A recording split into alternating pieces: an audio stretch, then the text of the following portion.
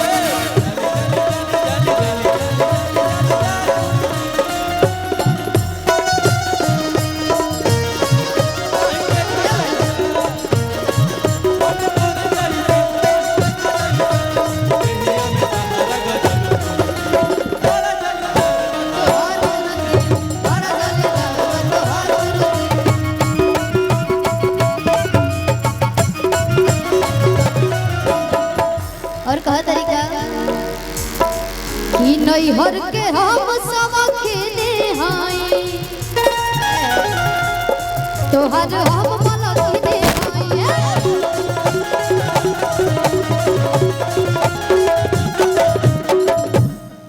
इतना बड़ा गाना बड़े भैया प्रिंस भैया के निकाला और तमाम गाना इतना जोड़िया प्रिंस भैया, प्रियांशु भैया, पारुल जी, गौरव जी और शिवानी।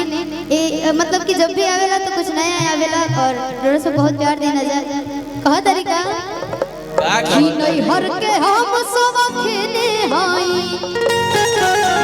तोहर हम मलकिने हाय।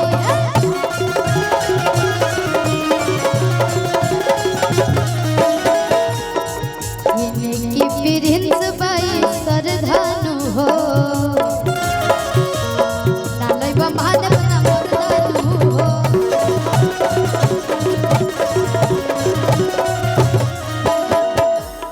आरे की चोटी में जुड़ा लटकवा राजा जी।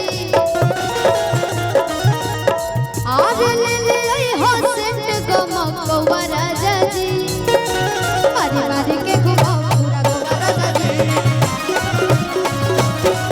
मारी मारी के घुमा पूरा गवा राजा जी।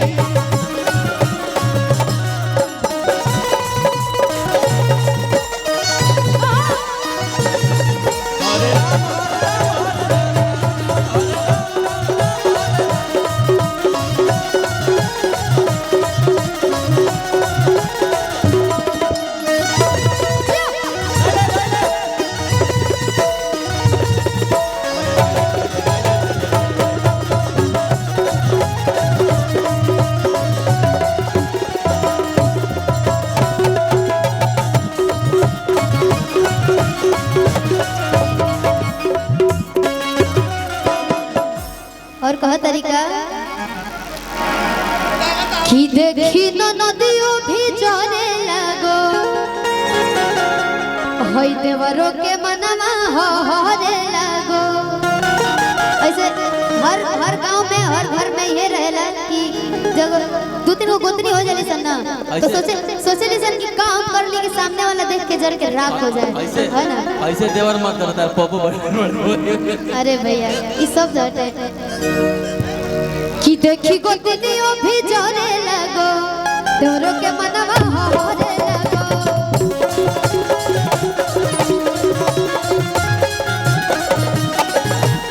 आज की पहुआ में पायल छमकवा राजा जी। आज की ले ले आई हसेट गमकवा राजा जी मारी मारी के घुमा पूरा गवा राजा जी। मारी मारी के घुमा पूरा गवा राजा जी।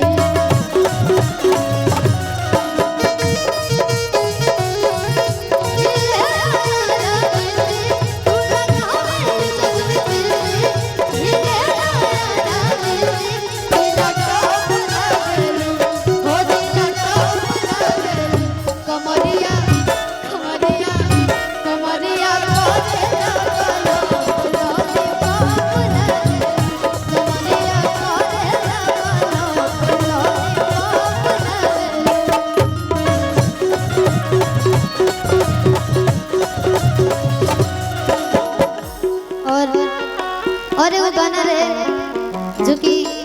100 मिलियन प्लस भाई हो गाना ग्लोबल से। सब तार 100 मिलियन प्लस बा। अरे की बानी परेशान मन करे ले जान तोहर खाना पीना रोक दे। ये लोग काम कर रहे कि तोहरा जैसन मारा के माथा के दर्द के चूल्हे में झोंक दे। और एक और गाना रहे लेकमी के उठला ले ये गोले कमी के लादे उठला ले राजा जी जी। और भैया कि तोहरा राजा जी के दिलवा टूट जाए।